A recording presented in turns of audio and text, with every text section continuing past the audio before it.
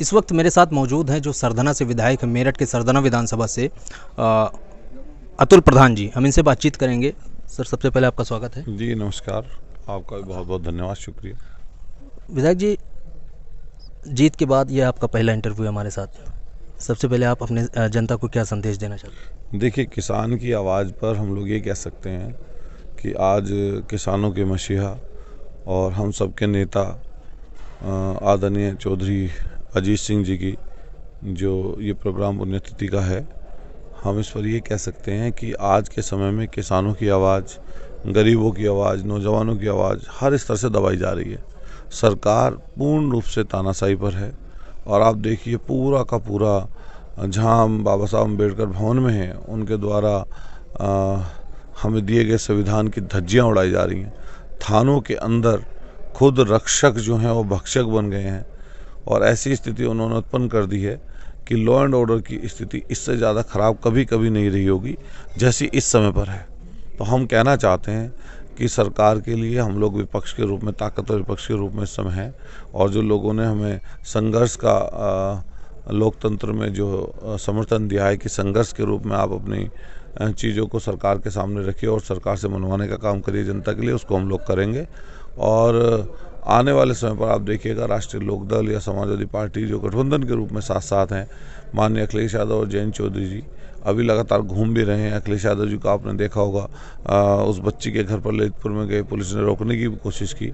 हम लोग भी विधायक होने के नाते जहां पर आस पड़ोस में इस तरह की परेशानी, दिक्कतें आ रही हैं, हम लोग वहां पर जा रहे हैं, समस्याओं का निराकरण करा रहे हैं और सरकार से निश्चित रूप से आने वाले समय पर हम लोग संघर्ष के माध्यम से आवाज़ उठाने का काम करेंगे। आजकल एक पूरे देश में जो माहौल चल रहा है, एक तरह से जो हिंदू मुस्लिम करने की कोशिश की जा रही है, उस पर आपकी क्या राय है? देखिए, बीजेपी की पूरी पॉलिटिक्स हिंदू और मुसलमान को झगड़ा कराने के ऊपर ही निर्भर है। आप कभी से देख लीजिए, लव जिहाद, कभी धर्म परिवर्तन, कभी मंदिर की बात, कभी मस्जिद की बात, कभी मदरसे की बात, कभी कपड़ों की बात, कभी बुर्के की बात और कभी जो है और तुष्टीकरण की अलग अलग राजनीति, पाकिस्तान, हिंदुस्तान, इसी तरह की पॉलिटिक्स में इनको मज़ा आता है। ये नहीं देख रहे कि महंगाई से लोग किस तरीके से त्रस्त हैं, जनता का जीना मुहाल हो गया है। डीजल पेट्रोल की कीमतें जैसी बढ़ती हैं, हर रोज़ पता चलता है सीएनजी और अन्य एलपीजी दामों में जैसे वृद्धि होती है, जनता पर हर तरह का बोझ पड़ता है। आज इस समय पर अगर आप मकान छोटा सा बनाने लग जाएं तो आपको दुगना तिगना पैसा खर्च करना पड़ रहा है।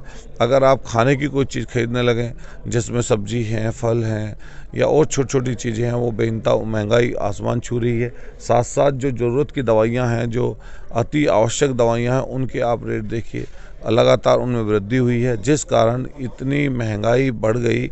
हम लोग कहना चाहते हैं इस सरकार से, इन लोगों से कि कभी हिंदू मुसलमान की जो बातें आप लड़ाई झगड़े की लगातार करते रहते हो, उन्हें छोड़कर कभी जनता के विशेष मुद्दे पर आइए। अभी रोजगार की अगर हम बात करने लगें, हमारे पूरे पश्चिमी उत्तर प्रदेश में, उत्तर प्रदेश में और ख़ास तौर से उत्तर भारत में बहुत सारे लोग फौज में नौकरी के लिए आतुर रहते हैं। लड़के नौजवान साथी सुबह सुबह आपने 3 बजे 4 बजे दौड़ लगाते हुए देखा होगा। 3.5 साल से एक भर्ती इन्होंने फौज में नहीं निकाली। रेलवे को इन्होंने निजीकरण की तरफ धकेल ही दिया है।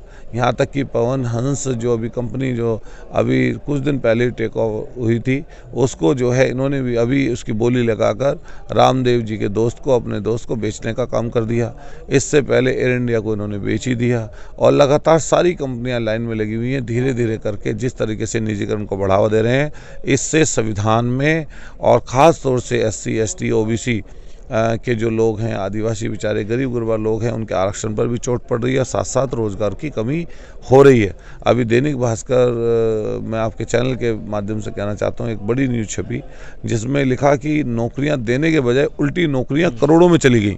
तो ये आप छोटी बात नहीं है, ये बहुत बड़ी बात है। आने वाले समय पर हम इन सब चीज़ों को लेकर इस सरकार से दो हाथ करने का काम करेंगे। विधायक जी, एक और शब्द है बुलडोज़र। जैसे किसी के साथ वो कुछ होता है तो उसके घर पे सबसे पहले बुलडोज़र चलाया जा रहा है आजकल। किस तरह से देख रहे हैं? देखिए, कानून की धज्जियाँ सरकार उड़ा रही है, संविधान की धज्जियाँ उड़ा रही है। अब हम कहते हैं कि माफिया हो या कोई बदमाश हो, गुंडा हो, जो भी हो, आप जो कार्रवाई कर सकते हैं उनके ऊपर करिए, लेकिन इसके साथ साथ इन पर क्या कार्रवाई करेंगे जो पुलिस में थाने के अंदर थाने के एसएचओ ने नाबालिग जो दुष्कर्म पीड़िता की उसके साथ बलात्कार किया, क्या थाने पे बुलडोजर चलाएंगे बाबा? हम पूछना चाहते हैं, उनकी पार्टी के तमाम लोग इस भूमाफिया गर्दी में इन्वॉल्व हैं और हमेशा उनकी चीज़ें शिकायतें और चीज़ें अखबारों में चीज़ों पर जगह जगह उछलती रहती हैं, उन पर कितने लोगों पर कार्रवाई कर रहे हैं? और आप यूपी के टॉप 10 अपराधियों की सूची लगाइए और चस्पा करिए और सबको बताइए कि टॉप 10 अपराधी जो इस यूपी के उत्तर प्रदेश के हैं उनके घर पर कब बुलडोजर चलेगा। हम फिर कहना चाहते हैं, जातीय रूप से धार्मिक रूप से किसी को उत्पीड़ित करना, परेशान करना, दिक्कत पैदा करना, ये कोई भी अच्छी बात नहीं है। संविधान हम लोगों को अधिकार नहीं देता। तो इस सरकार से पहले ही लोगों का मोह भंग था, लेकिन इस समय पर फिर वो नफरत की पॉलिटिक्स आगे बढ़ गई। लेकिन हम लोग विपक्ष में होने के नाते जितना हमसे हो सकेगा इस समय संघर्ष करेंगे, आगे लड़ाई लड़ेंगे। आखिर में चलते चलते एक सवाल आपसे, क्योंकि हम लोग किसान की आवाज़ उठाते रहते हैं जी, किसानों के लिए क्या करेंगे आप लोग? देखिए किस तरह से आवाज़ उठाएंगे? मैं समझता हूँ आज जैसे अजीत सिंह जी की, चौधरी अजीत सिंह जी की पुण्यतिथि है, जो किसानों के लिए काम किए, चाहे चौधरी चरण सिंह जी हों, चाहे आदरणीय अजीत सिंह जी हों, चाहे आदरणीय मुलायम सिंह जी हों, फिर समाजवादी पार्टी की सरकार रही, उसमें आप देखेंगे हर तरह की सहूलत देने का काम किया। आप देखिए पूरी पश्चिमी उत्तर प्रदेश में जितनी गन्ना मिलें लगी हैं लगभग जो माने चौधरी अजीत सिंह जी ने दूरी घटाकर मिलों की स्थापना कराई, वो हमारे लिए ऐतिहासिक काम था। आप देखेंगे कि अन्य अन्य जगहों पर जो किसान से संबंधित लड़ाइयाँ रहीं और प्रयास किए गए आंदोलन रहे, उसमें लोकदल और लोकदल के साथियों ने, समाजवादी पार्टियों ने मिलकर बड़े लंबे समय तक संघर्ष किया। और हम लोग किसान की आवाज़ पर ये कहना चाहते हैं कि हम आने वाले समय पर भी किसान के हितों के लिए, नौजवान के लिए, गरीब, कमज़ोर, पीड़ित, शोषित के लिए लगातार लड़ाई लड़ते रहेंगे। और आज आपके चैनल के माध्यम से मैं किसानों के मसीहा हम सब के नेता को अपनी तरफ से श्रद्धांजलि अर्पित करता हूं और उनके पदचिन्हों पर चलकर हम लोग आने वाले समय पर किसानों को सशक्त करने का काम करेंगे।